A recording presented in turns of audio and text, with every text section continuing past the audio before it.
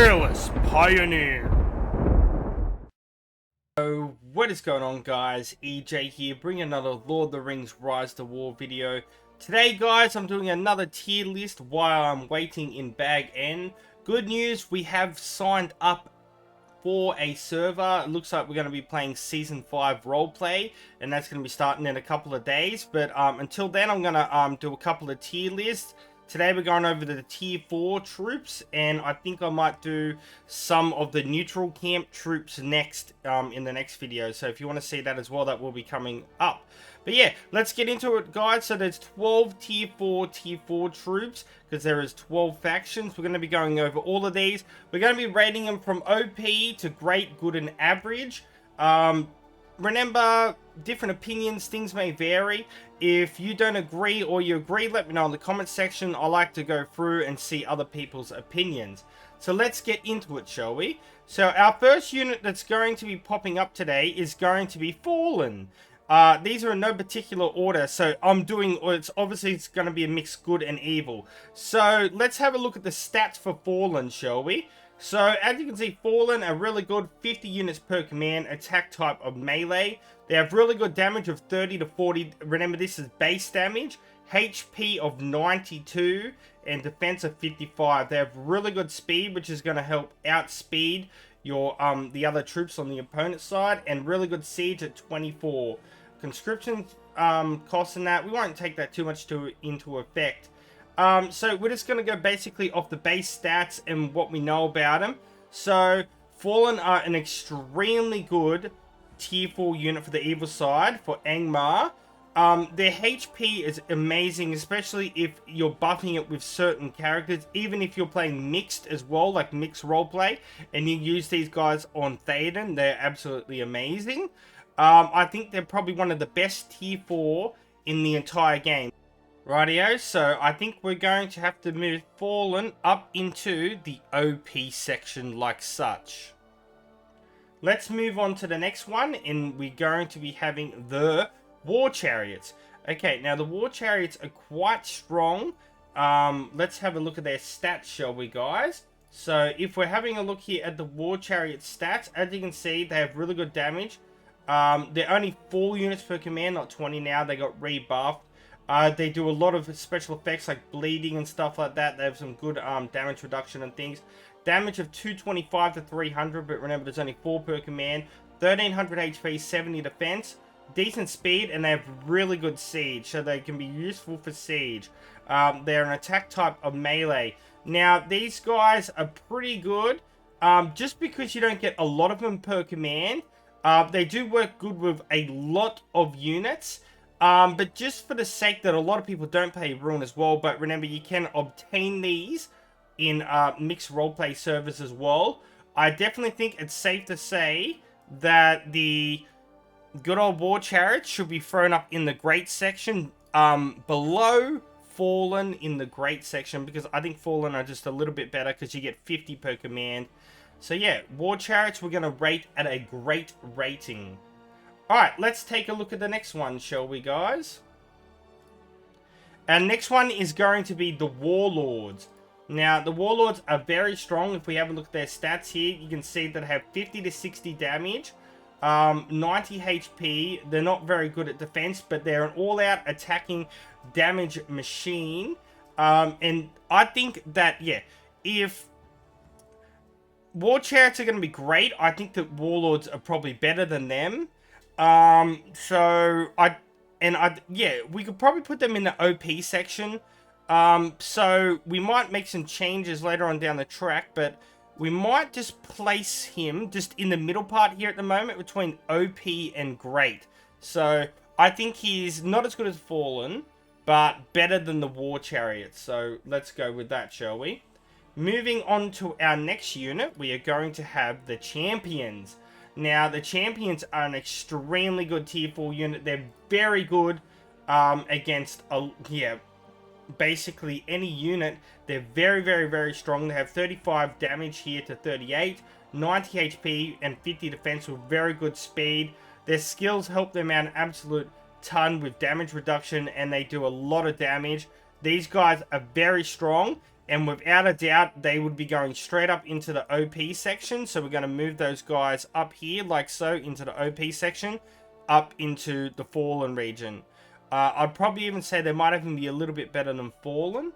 But yeah, overall, they are very strong. Not just in PvP, but even on tiles, they are very strong to come across. Moving on to our next one, guys, we're going to have SNAGA THRAK, which is Isengard's tier 4. Now, their SNAGA THRAK is pretty interesting. They're actually quite strong.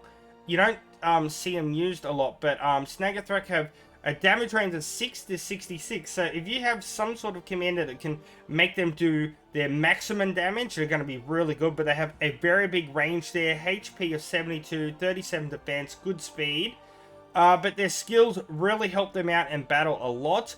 Now, I think that they would be a great unit. So we're going to move them up into the great section.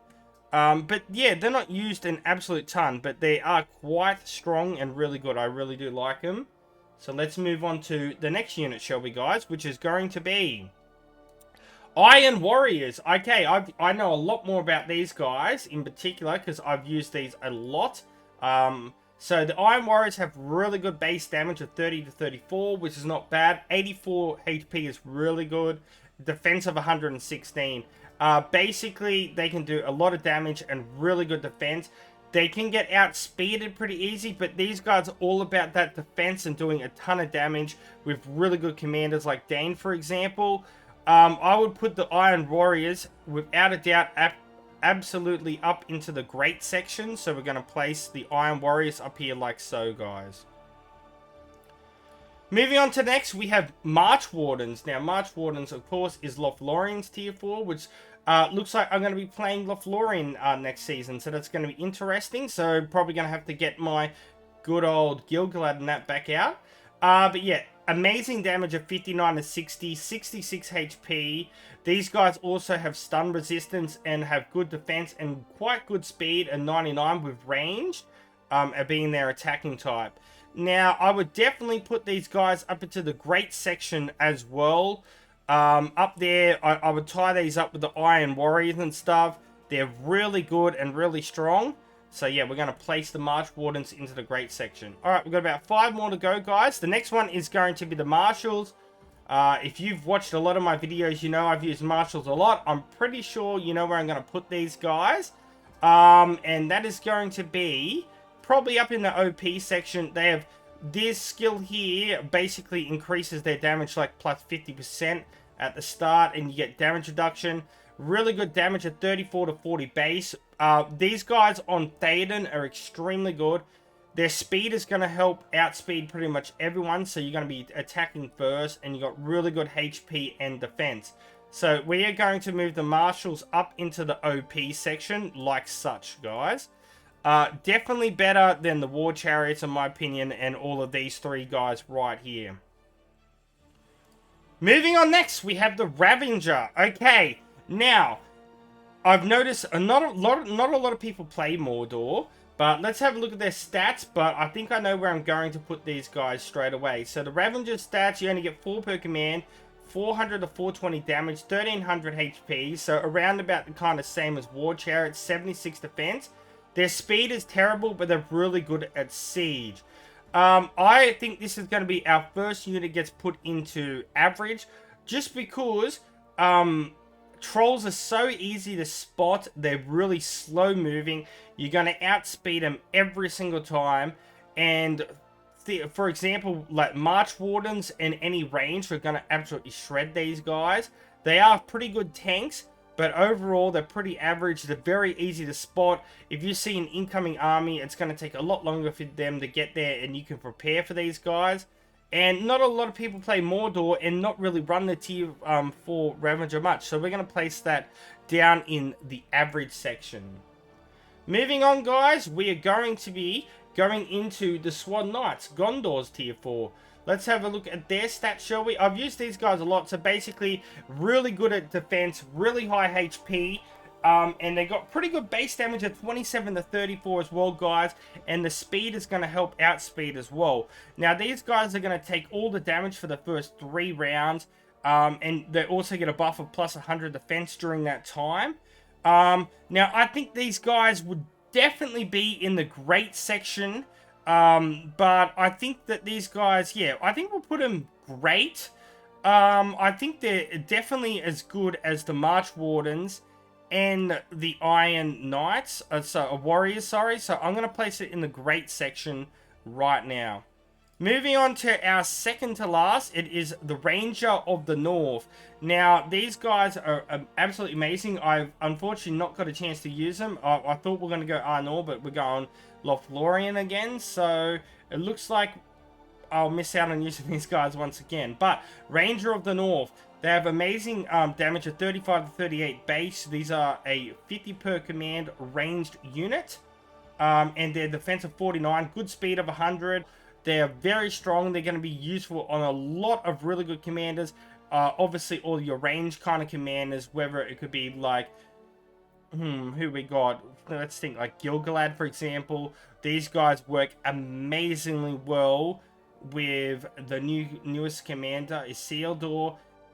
Legolas would be a good option as well, and Haldir as well. But yeah, I think these guys should be up into the OP section as well, so we're going to place them up into the OP section.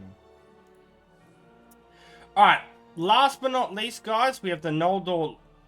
we have the Lindons, which are, the Noldor Longshots, right?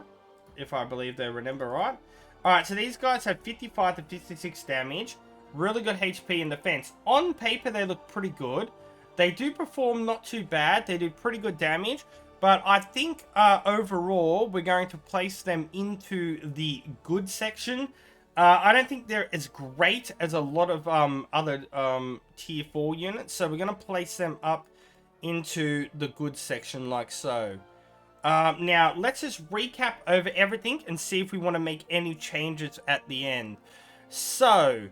I think I'm going to move the SNAGA THRAK just down a little bit, just because their base damage of movement and that is a very big range, and not a lot of people play Isengard a lot, so I'm going to take that into account.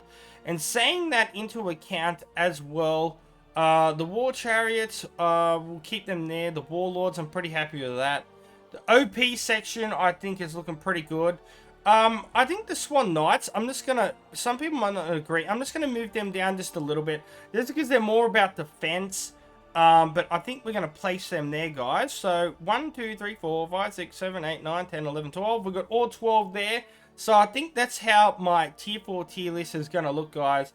Let me know if you agree, disagree in the comment section. I'll be very interested to see.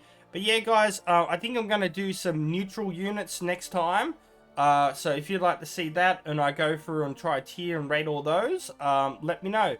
But until next time, guys, peace out, EJ's out, and I'll catch you guys later. See yas. Thousands of the EJU army, yeah, you guys are legends to me, so let's keep on.